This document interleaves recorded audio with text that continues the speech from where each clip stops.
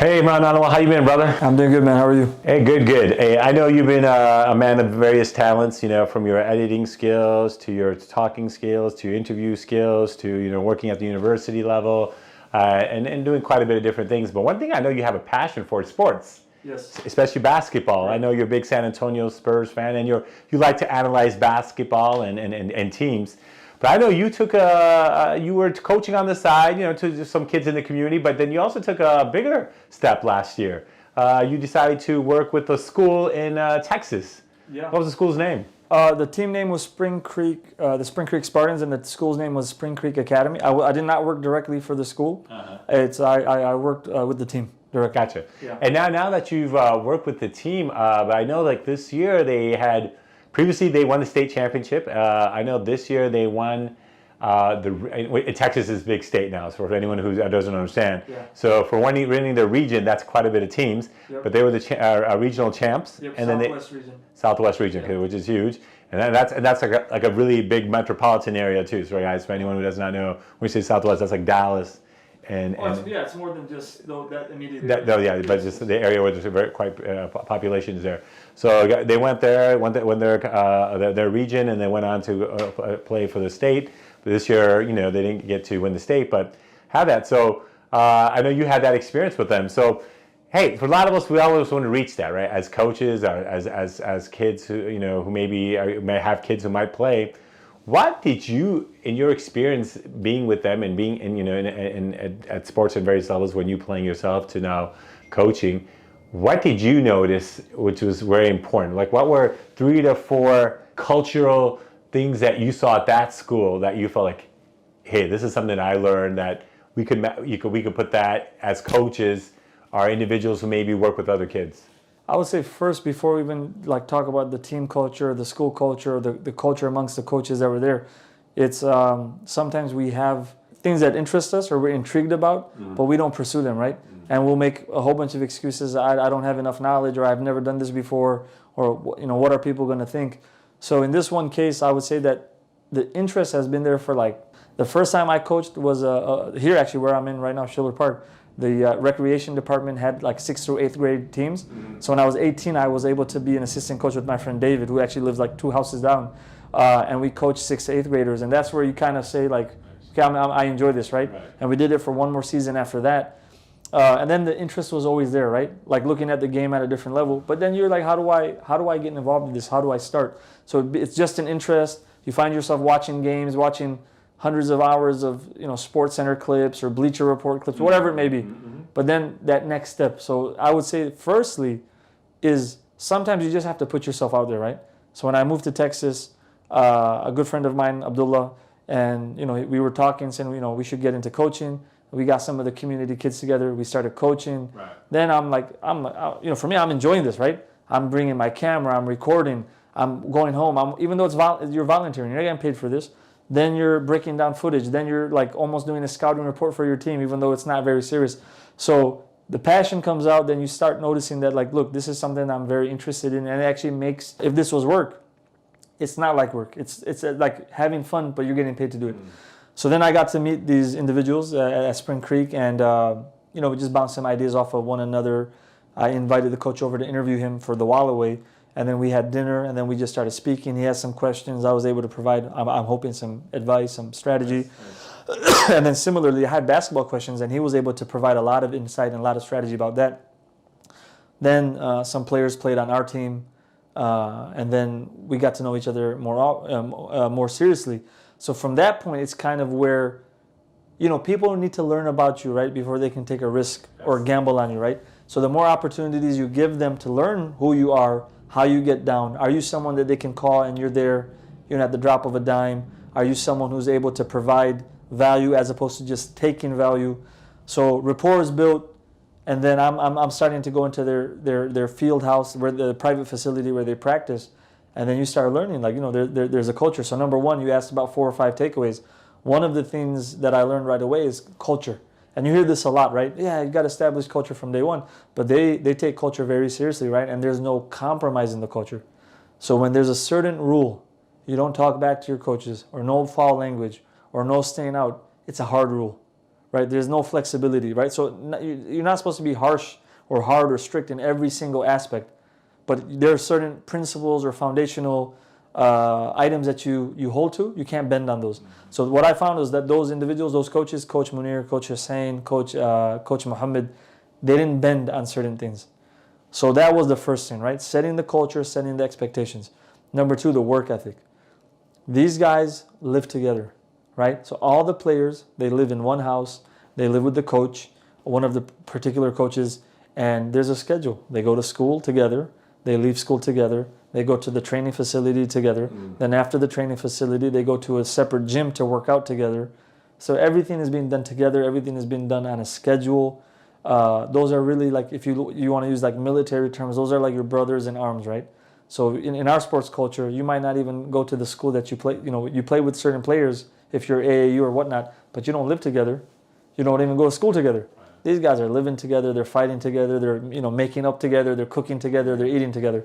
So I would say culture, number one. Number two is just that discipline or like a routine. Number three is caliber, man. You have to bring on high caliber individuals into the program, right? Even when I was brought on, it was for a very particular reason, right? And I was honored. I mean, I was honored that they considered me. But at the same time, this is where now you have to kind of, I hate to say it, like feel yourself. No. You have to know that you have value.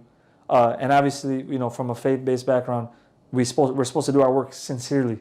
So I know if I have some free time and I don't understand something, open up a book, watch a YouTube video, try to learn something, call someone like you, call another coach, try to learn the ins and outs of the game, something that's going to help you make an impact on the team, even if it's at a micro level. So the caliber of the individuals, Coach Munir, former D1 player, played for the Algerian national team. Coach Mohammed, strength and conditioning coach, former MMA fighter, MMA trainer, very good functional coach. Wow. Coach Hussein, former Algerian national team player, someone who's around my age, still moves very gracefully. He can take everyone through the drills. These guys know the fundamentals of the game. They don't skip steps. So I would say number three is the caliber, and then number four is like the whole teamwork concept, right? Everyone has a role. So head coach is head coach, man, right? And it's funny because we kind of live in times where everybody's a little bit more sensitive to authorities or strong leaders. Right. In sports, man, there's no sugarcoating it, right? Like there's a strong leader, man, and if you're not on the same wavelength, you're not going to be there. Sure. The other coaches know that, the players know that, and everyone falls in line. And this is from day one. This is made clear, so there's no ambiguity, right? And but that's also good because I know I have a very particular role. I'm not going to be held accountable for something I'm not supposed to be doing. I'm going to be held accountable for what my particular specialty is. So those are like four things that come to mind right away. So I think it's great that you talked about like your four key components of that winning culture, or that but sometimes you have individuals who sometimes they're teenagers, right? And sometimes they lose sight of what the goal is. They have other things. How or what did you see to help them redirect them, right? Because that happens, right? You see a player and like, well, I know this better than you do, or you don't understand what I'm going through, and they want to have a bigger role and they don't feel like they have that bigger role in the thing. So how did you see them communicate? Like, what tips were to communicate with individuals to understand their role in the team, how to motivate them to keep on doing the drills and the practices and making sure that they follow the process? Yeah, it's an interesting question, man. Again, this is a different culture, right? In the sports culture, you can be direct, you can get in somebody's face. There's no personal attacks, you're not striking anybody, but it's a completely different culture where you're able to be upfront and direct about something, right? Yeah. The other thing that helps before I answer the question is these young guys, they respect the coaches because Coach Munir played D1. He played for the Algerian national team. Yeah. Coach Mohammed is someone, you don't want to meet in the alley. Yeah. He's a great guy. He's a very gentle person, but I'm saying that commands respect. Yeah. Like a friend of mine who's a police officer, he says that there's something called, and they teach you this, it's called officer presence. So it's good to be yoked. It's good to look a certain way because there's intimidation or there's, men, we want to, no matter what people say, we want to follow strong men. Yeah. We may not admit it, but you give us a strong man, someone who has values and good character and good morals, we're going to fall in line and we're going to follow them. That doesn't mean everything will be perfect. So now, specifically to answer the question, it's easy, man, because in this case, these guys live together, and they live together with men, right? The coach, the head coach, and then they're with their head coaches every day. So there's that natural like pecking order. You see, it falls into place. A lot of the players are not from America, right? There is a different culture, man. These guys come from. We had a player from Russia. We had a player from Serbia. We had a player from, I believe, Cameroon. We had a player from Ghana. We had a player from, ethnically he was Japanese. We had a player from Saudi Arabia. We had 2 players from Egypt. We had a player from, I want to say the Dominican Republic, or someone who played in the Dominican Republic.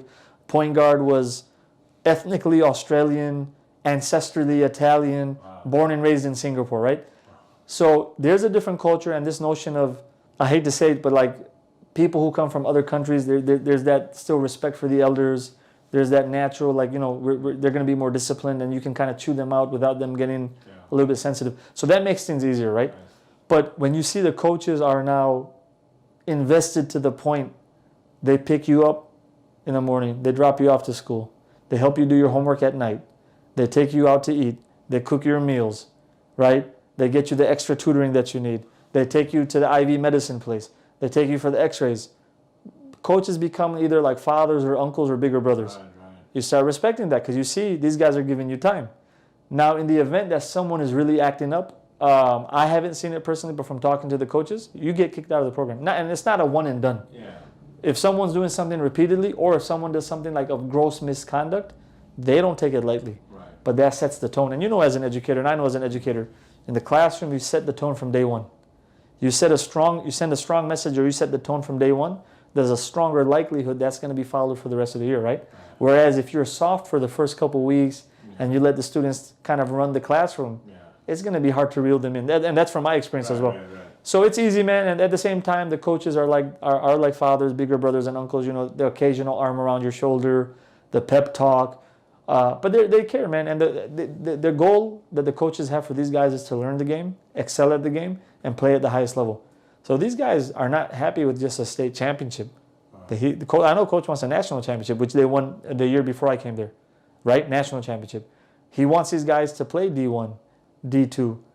If they don't make it to the NBA, at least, after college, you're playing professionally somewhere in Europe, in Africa, in Asia. So knowing that, and knowing that they're trying to get you to that level, it makes things easier. But at the same time, the flip side is these guys are 16, 17, 18-year-old young men. And there's going to be testosterone leakage, right? Where sometimes you get angry and you get frustrated. But that's the whole manly thing, right? Men can check other men, and men will fall in line when there's a strong leader present. At least that's what I believe. Gotcha. And then, going into like the X's and O's, right? You have sometimes kids with a lot of talent, right? So how important is, like even for coaches, or even when students or players who are watching this, right?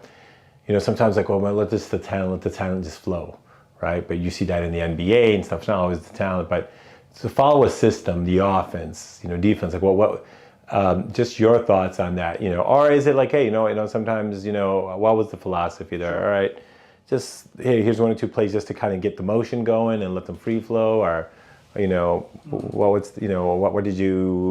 was important? I mean, there has to be a system in any team. There has to be a mantra. There has to be a way.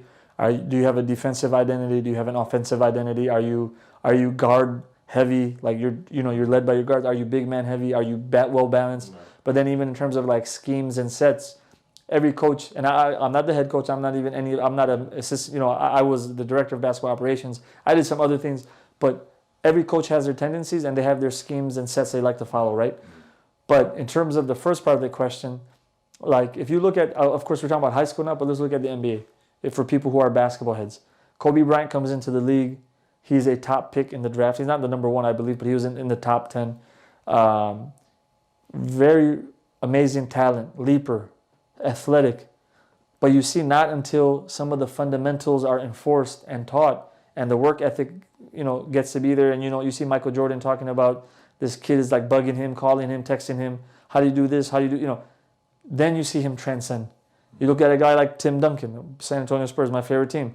Not the most athletic guy in the world. Why is he considered a top 10 player? Why is he considered the greatest power forward of all time? It's because of the fundamentals. He literally played on one leg for most of his career. In his second year, he injured his knee so bad that for the rest of his NBA career, which is another 17 or 18 years, he had to wear a very heavy brace on his knee. But why was he the big fundamental? Why was he still able to dominate and win 5 championships? Fundamentals, right? So you see Kawhi Leonard, again, when he got to the Spurs, he came in as a small forward who was more like a power forward where he's out there playing defense, he's grabbing rebounds. There's no offensive sets that run through him. There are no plays that are called for him. But now he's working on his game over the first 2 to 3 years. He learns more fundamentally sound. Becomes more fundamentally sound, develops more skills, and now he's able to excel. So, raw talent is good, man. But and I hate to give this example. Like Iverson is one of my favorite players because as someone who's small in stature and someone who's a guard, has a guard mindset, you look up to guys who you can resonate with. But you see a guy who was just, I'm not saying he's not a fundamentally sound player, but the guy led with his heart, right? Played through so many injuries, attacked the rim. But you see, after you get banged up so many times, the body can take only so much, right? Steven Jackson recently, right? He posted like a picture of his MRI of his spine. He's got like 2 or 3 completely herniated lumbar discs. One disc is like vertebrae on vertebrae. And he says like the price for the game I love, right? So your body's going to break down at a certain point. But if you still have those fundamentals, look at someone like Steve Kerr. In his last couple of years with the Spurs, he's like 37, 38 years old, out there guarding Kobe Bryant and then guarding Steve Nash when they played the Mavericks.